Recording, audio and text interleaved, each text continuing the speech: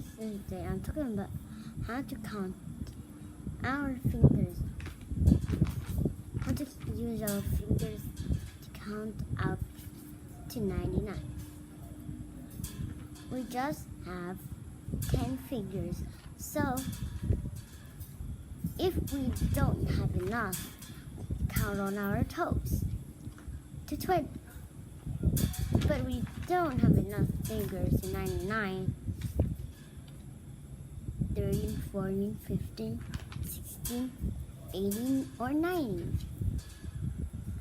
But if you don't have enough fingers, I have something that you can use to count to 99. Use your hands,